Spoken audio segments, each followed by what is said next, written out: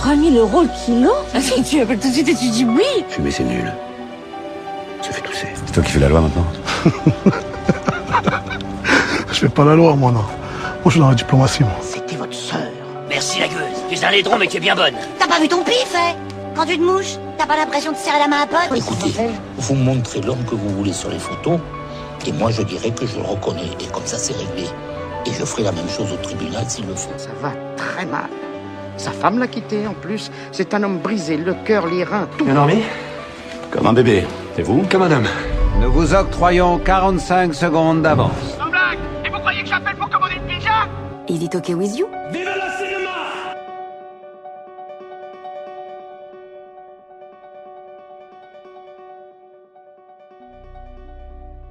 Elle l'aimait plus que tout, il l'aimait plus que toutes les autres, et pourtant, il y eut Marilyn. Et les autres, toutes les autres, toujours les autres. Mais il y eut surtout eux, Simone Signoret et Yves Montand. Deux monstres sacrés du cinéma français, deux légendes, deux êtres liés par un amour incandescent et ravageur. Aujourd'hui, dans cet épisode, on s'attaque à une histoire d'amour qui a résisté au temps, aux infidélités, à la célébrité et même à la mort. Moi qui t'aimais, le nouveau film de Diane Curis présenté en clôture de Cannes Classique revient sur la relation tumultueuse entre Simone Signoret et Yves Montand. Un couple mythique, Marina Foïs y incarne Simone Signoret, Roche Dizem joue Yves Montand. Mais attention, ce n'est pas un film à mimétisme, pas de maquillage excessif ni d'imitation forcée. Ici, c'est l'évocation qui prime et c'est peut-être la plus belle façon de leur redonner vie. Le saviez-vous ? Cela fait des années que le cinéma français essayait de s'emparer de cette histoire. Un projet a même circulé plus de 15 ans avec Thierry Neuvik et Céline Salette pressentis pour les rôles. En 2025, Diane Curis, qui avait signé Sagan, un autre biopic sur une femme aussi libre que tourmentée, décide de s'attaquer à ce monument et elle le fait avec pudeur et audace. Le titre « Moi qui t'aimais » fait référence directement aux Feuilles mortes, le poème de Jacques Prévert chanté par Yves Montand, un choix symbolique, mélancolique, presque prémonitoire. Le film choisit un angle précis, les 12 dernières années de la vie de Simone Signoret, de 1973 à 1985, une période souvent oubliée et pourtant essentielle. À cette époque, Simone Signoret a sacrifié sa lumière pour mieux faire briller celle d'Yves Montand. Lui est au sommet et elle dans l'ombre. Ce déséquilibre est au cœur du film. On y voit une femme blessée mais digne, intelligente, piquante, qui refuse catégoriquement le rôle de victime.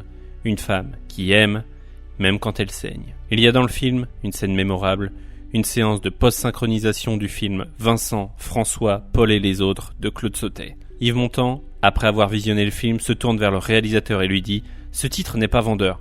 Pourquoi pas tout simplement Vincent et les autres ?» Vincent étant son personnage. Cette anecdote authentique dit tout de l'égocentrisme génial et parfois insupportable de Yves Montand. Cette scène est dans le film. La réalisatrice fait un choix assumé, celui de l'essence. Ce qui compte, ce n'est pas la ressemblance, mais ce qu'on ressent. Philippe Sard, le compositeur, retrouve même les ambiances musicales de l'époque. Chaque détail sonore, chaque costume, chaque silence est une pleine immersion dans les années 70. Moi qui t'aimais, ce n'est pas une lettre d'amour, c'est un aveu. Yves Montand y est montré, tel qu'il était, brillant, charmeur, mais également menteur. Et Simone, elle, toujours debout, même quand tout vacille autour d'elle. La relation est violente, parfois toxique, mais viscéralement humaine. Diane Curis filme l'indicible, ce lien qu'on ne coupe pas, même quand il fait mal. Ce n'est pas une romance, c'est une vérité, crue. Le film faisait également l'ouverture du 11e Festival de cinéma et de musique de film de La Baule, festival pour lequel j'étais accrédité. L'occasion de vous laisser avec une interview sur la plage, aux côtés de Sam Bobino, cofondateur du festival, et Mélanie Bernier, qui se sont tous les deux essayés à l'instant réminiscence. Le roi répudie la reine, la vieille épouse le perroquet, César devient roi. Je l'épouse et me voilà reine.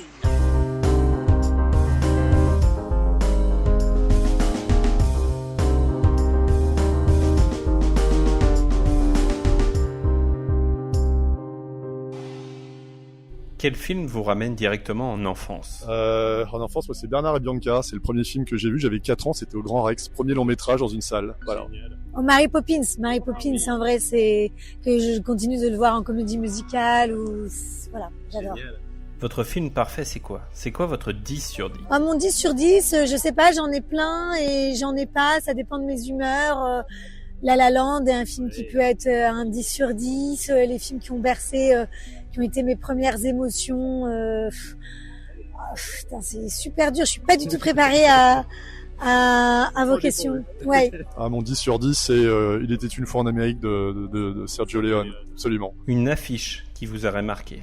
J'aime bien le côté un peu pulp, ancien film d'Indiana Jones, ce côté un petit peu très coloré, très pulp, qui reprend des codes qui s'inscrivent sur plusieurs décennies de cinéma. Vos dernières larmes, c'était pour quel film, si tant est que vous pleurez au cinéma? Mes dernières larmes, ça a été Ma mère, Dieu et Sylvie Vartan. Voilà, avec Laila Bekti, j'ai pleuré, ça m'a beaucoup touché cette histoire. Votre dernier film vu au cinéma? Alors, le dernier film vu, c'est le film de Sylvain Chomet qu'on va présenter ici. Marcel et Monsieur Pagnol, etc. Et j'avais déjà beaucoup aimé les triplettes de Belleville précédemment. Votre matière préférée à l'école, c'était quoi?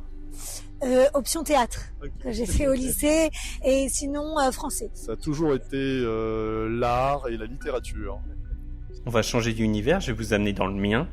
Votre dernier repas? Non, mon dernier repas, on a fêté avec des amis, c'était hier soir, des très gros plateaux d'huîtres, c'était des huîtres, et du coup était annonciateur du festival de la Baule, puisqu'on est évidemment en dessous de la Bretagne et au bord de l'océan. C'est des pâtes jambon beurre. Voilà, c'est mon repas presque quotidien, je mange ça 3 fois par semaine. L'aliment ou le plat que vous n'aimez pas? J'ai un petit peu de mal avec les tripes. Ouais. Ah, il y en a pas mal quand même. Donc ce que je n'aime pas, les choux de Bruxelles, vous me ferez pas manger de choux de Bruxelles, vous me ferez pas manger d'œufs durs et de tomates croque au sel. Voilà. Et la dernière, votre plat préféré? Les coquillettes jambon beurre. Vraiment, c'est indémodable. Oula, c'est dur ce que vous me faites. Le plat de gourmand, je vais la jouer très français, je veux dire les escargots, j'adore, c'est un peu la Madeleine de Proust qui nous ramène à des festivités de Noël en famille et autres. Et le plat préféré, une très bonne sole avec du beurre, parce qu'on est en France et que le beurre c'est important, c'est pas diète, mais c'est bon. Ouais, qu'est-ce que c'est bon. Pour rappel, Moi qui t'aimais de Diane Curis, en salle, le 1er octobre 2025. La toute dernière phrase du générique résume à peu près tout. Basé sur de faits réels, tous les dialogues sont faux, sauf ce qui est vrai. Et c'est peut-être ça, la plus belle définition de l'amour. Une part de vérité noyée dans une mer de mensonges. Mais un amour si fort qu'il survit à tout, même au cinéma. Soyez sages et allez voir des films. Il y a quelqu'un? Non, il n'y a personne. Ah bon? Je vous l'avais dit que vous me le paieriez. Déliriez. Je vous l'avais dit. Désarmez-les et récupérez Nico. C'est pas moi. C'est qui alors? J'ai vu, je sais qui c'est, mais je dirai rien. Vous savez découper une sole, un loup, un turbo? J'ai des notions mécaniques. Bon, tout le monde règle sa montre. Mission, quelle heure est-elle? 14h12. Midi 5, parfait. Arrivez l'air chaud.